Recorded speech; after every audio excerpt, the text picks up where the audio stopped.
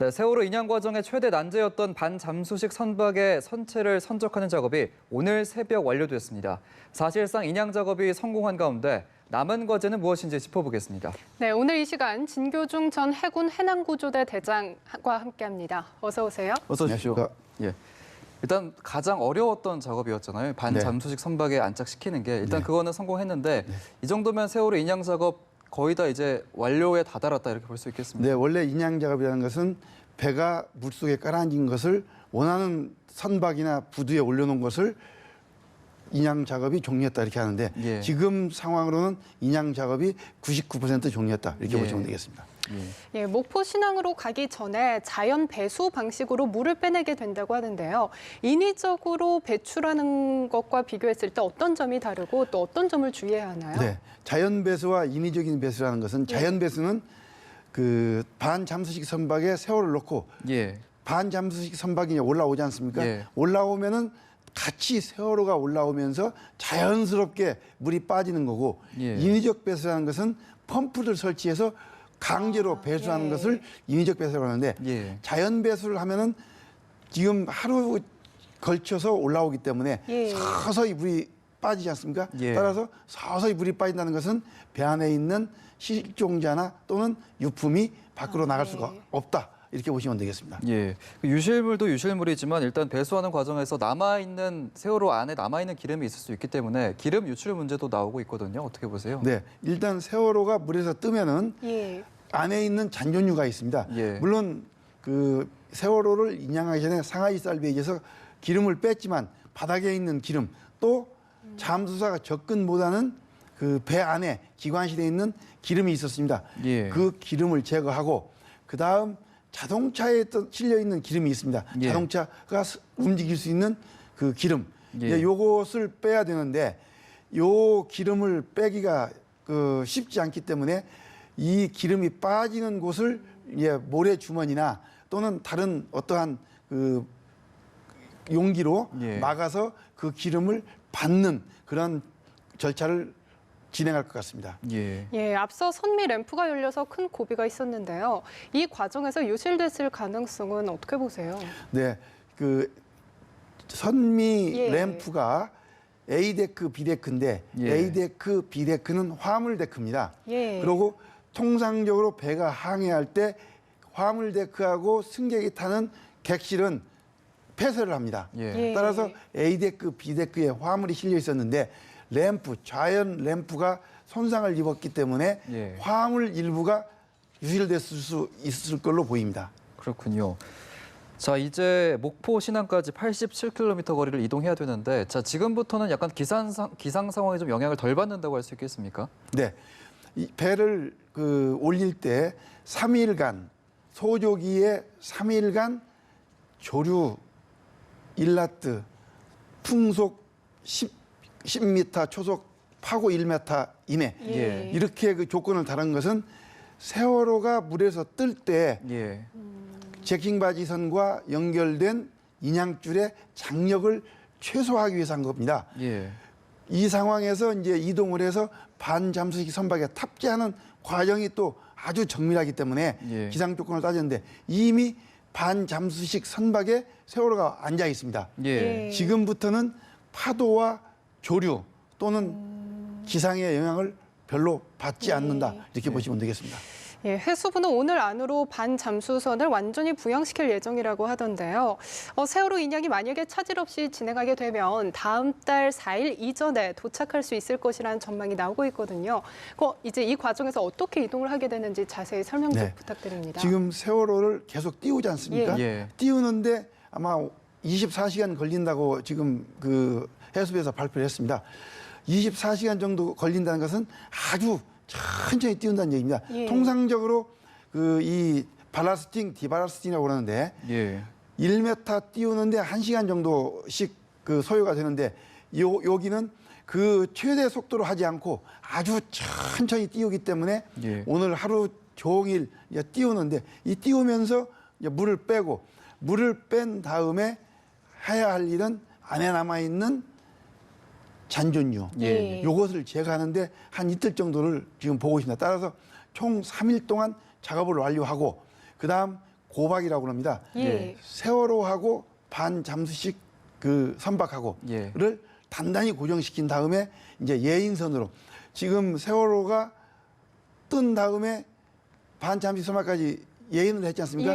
그런 동일한 방법으로 지금 위치에서 목포 신안까지 예인을 하는데 지금 총 거리가 87km입니다. 이 87km를 시속 8 내지 10km로 이동을 하면은 약 10시간 정도. 이 해역은 특히 그 하완반도하고라는 그 수로가 있는데 이 수로는 지금 폭이 600야드입니다. 약 550m. 이 수로를 통과할 때는 주간에 통과해야 되기 때문에 아마 출발부터 요 통과하는 시간을 고려해서 주간 중에 다 이동할 것으로 이렇게 보입니다. 예. 자, 만약에 이제 목포에 도착을 하게 되면 이제 선체를 철제부두에 어떻게 거치할지도 그 방식에 좀 관심이 많이 가고 있는데 그때 이용하는 방식이 멀티모듈이라고 하는데 이게 어떤 건가요? 예, 멀티모듈이라는 것은 지금 이제 반잠수식 선박 바닥에 전부 그 이 모듈이 설치돼 가지고 1.5m 높이의 모듈이 쫙 설치돼 있습니다. 여기에 세월호가 지금 앉아 있는데 이 모듈 사이로 그게 들어가서 트랜스포터라고도 하는데 이게 들어가서 이 세월호를 뜹니다. 이게 다시 드는 거죠. 다시 들어서 세월호를 철제부두로 옮기는 겁니다. 서서히 유압으로 해서 이제 옮기는 방식인데 이 방법은 지금 조선소에서 많이들 쓰고 있고 아주 이 보편적인 방법이고 이것은 시간이 걸릴 뿐이지 기술을 요하는 건 아닙니다. 그래서 특별한 뭐 이 기술이나 아주 고도의 무슨 정밀도나 기상을 요하는 게 아니기 때문에 쉽게 시간만 지나면 쉽게 갈 수 있다 이렇게 보시면 되겠습니다. 이제 가장 중요한 미수습자 수색 작업이 남아 있습니다. 수중과 지상에서 동시에 이제 펼친다고 하는데요. 그런데 이 수색 작업이 인양 작업만큼이나 굉장히 난이도가 높다고 하던데 어떻게 진행이 되는 건가요? 수색 방법은 두 가지로 합니다. 하나는 세월호가 현재 그 있다가 드러낸 그 자리, 즉 지금 램프가 떨어져 있는 그 자리입니다. 그 자리에 세월호가 넘어지면서 혹시나 그쪽에 유품이나 또는 그 세월호 위에 그 이 화물들이 많이 있었습니다. 이 화물들이 떨어진 것을 다 수습을 하고 그다음에 거기에 200m, 160m인 그 펜스를 쳐놓은 게 있습니다. 펜스에 혹시 또 유품이나 실종자가 유실됐나 요걸 다 체크하고 그다음 이제 세월호 안을 또 동시에 수색하는데 세월호 안에는 1차 방역을 하고 2차 진입로를 확보한 다음에 실종자를 탐색하는 단계로 들어가는데 지금 세월호 안은 많이 부식이 돼서 일단 그 붕괴 위험이 있기 때문에 진입하는 사람들의 안전도 고려하고 또 빨리 희생자도 수습을 해야 되고 이 두 가지를 고려해서 작업을 할 것으로 판단됩니다. 그 작업 중에 만약에 떨어져 있는 램프는 그때 수거를 같이 하게 되는 건가요? 그 램프 수거는 아마 해양수산부에서 어떻게 결정할지 아마 수거를 해야 될 걸로 보입니다. 좀 지켜봐야겠습니다. 자, 이런 가운데 미수습자는 선미 쪽에 있을 가능성이 있다 이런 얘기가 나오고 있는데 어떻게 좀 분석을 하세요? 첫 번째 미수습자가 선미 쪽에 있다고 판단하는 것은 객실이 C데크, D데크, E데크 승객실이 선미 쪽에 있었고 특히 선미 쪽에 또 학생들이 많이 있었습니다. 그래서 학생과 선생님들이 선미 쪽에 있었기 때문에 선미 쪽을 중점적으로 탐색해야 되고 두 번째 선미 쪽을 그 중점을 두는 것은 배가 침몰할 때 선미 쪽으로 기울어지면서 배가 침몰했기 때문에 모든 화물이나 승객들도 희생자도 선미 쪽에 현재 쏠려 있을 것이다 이렇게 판단하고 있습니다. 지금 가장 쟁점이 되고 있는 부분이 세월호 선체를 잘라낼지 여부인데요. 세월호 유가족들은 반대하고 있는 입장인데 절단이 불가피한 상황인가요? 저는 이제 두 가지로 보는데 세월호 선체를 온전히 올리는 이유는 원인 분석과 희생자 수습이었습니다. 따라서 많은 비용과 장기간에 걸쳐서 올렸는데 육상에 그 고생을 해서 올려놓고 자른다 하는 것은 두 가지 문제가 있습니다. 첫 번째는 세월호를 잘라서 바로 세우면 90도 회전을 합니다.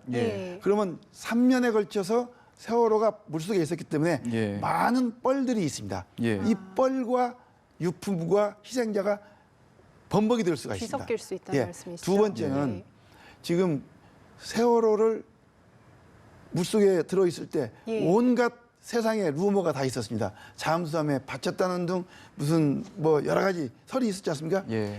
만일에 그걸 자르고 나면 또 다른 쟁점, 또 다른 루머를 만들어낼 우려가 있다고 저는 그리 보기 때문에 또 자르는데 그냥 한두 시간에 자르는 게 아니고 자르는데도 한 열흘 걸립니다. 또 시간이 길어지는군요. 그렇다면 그 기간을 고려한다면 차라리 현 상태에서 실종자 먼저 수습을 하고 그다음에 유품을 꺼내고 또 그다음 화물을 꺼내면 제가 볼 때는 특별한 문제가 없고 현 상태대로 수습하는 게 제일 좋다. 왜냐? 희생자들은 제가 1993년에 서해 페리오 때 292명을 직접 다 수습을 했었습니다. 그때 잠수함에 들어가서 수습을 하는데 아무리 찾아도 없습니다. 나중에 세월호를 그때 서해 페리오를 올려놓고 보니까 희생자들을 못 찾은 희생자들이 어디 있냐면 전부 다 구석. 이게 사람 잠수사가 장비를 차고 들어갈 수 없는 이런 구석에 그분들이 계셨습니다. 따라서 이 세월호를 만일에 잘라서 190도 바로 세우면 이 구석이 막힙니다. 막히기 때문에 현 상태 그대로 띄워놓고 그대로 가서 찾으면은 저는 그게 더 안전하고 더 확실한 방법이다. 이렇게 생각합니다. 그렇군요. 자, 말씀해 주신 대로 선체 내부 수색이 시작되면 미수습자가 발견될 가능성도 좀 높고 또 이 사고 원인을 확실히 좀 밝혀질 수 있을지 이 부분 좀 궁금해 하거든요, 많이. 네. 사고 원인 분석은 저는 100% 드리라고 봅니다. 왜냐? 외관상 보면은 잠수함이나 또는 암초에 부딪혔는가가 다 바로 나올 것이고 두 번째, 평형수, 화물, 그다음에 조타기, 그다음에 엔진 이 상황을 보면은 또 원인이 나옵니다. 그러면 전문가들이 종합적으로 보면은 원인은 100% 나올 수 있습니다. 침몰 원인이 밝혀질 수 있을 것이라고 보시는 것 같은데요. 세월호 같은 대형 여객선을 통째로 들어올리는 건 세계에서 이제 최초라고 합니다. 그렇다면 이게 어떤 의미가 있는지 또 외국 사례와 비교해 보면 어떤지 또 궁금하거든요. 네, 세월호 같은 선박을 통째로 올린 게 역사적으로 없다. 그런데 역으로 얘기하면 세월호처럼 이렇게 중요한 배가 빠진 적이 없다라고 보시면 됩니다. 왜냐하면 큰 배가 침몰됐을 때 그만한 비용을 들여서 인양을 해야 되느냐. 경제성을 따졌을 때 경제성이 없기 때문에 지금까지 안 올린 것이고 전 세계적으로 그런 기술이 없는 게 아닙니다. 2000년도 8월 달에 러시아 핵 잠수함 13,900톤짜리가 수심 108m에 빠진 적이 있습니다. 핵 잠수함입니다. 이건 올려야 되지 않습니까? 핵 유출 때문에. 그래서 2000년도 8월 달에 빠진 것을 2001년도 1년이 지난 7월 달에 계획을 수립해서 10월 달에 3개월 동안에 이와 똑같은 방법으로 이번 세월호는 스트랜드 잭 33개를 썼지 않습니까? 이때는 스트랜드 잭 26개를 썼고 한 개당 장력이 800톤짜리를 썼습니다. 그래서 3개월 만에 그대로 통째로 올린 경험이 있고 사례가 있습니다. 즉 세월호 같은 배를 통째로 올릴 필요가 있느냐, 그런 가치가 있느냐. 세월호는 가치가 있었지 않습니까? 그래서 올린 거지. 이런 기술은 지금 상하이 쌀베이가 쓴 이런 그 제킹 바지선으로 해서 스탠드 잭 쓰는 방법은 아주 보편화된 기술이고 서해 대교 또는 과거 대교 같은 걸 할 때도 마찬가지 스트랜드 잭을 써서 큰 중량물을 올리고 내려갑니다. 이 방법은 아주 보편화된 기술이고 특별히 뭐 어려운 기술이 아니다 이렇게 보시면 되겠습니다. 알겠습니다. 자, 오늘 말씀은 여기까지 듣겠습니다. 지금까지 진교중 전 해군 해난구조대 대장이었습니다. 고맙습니다.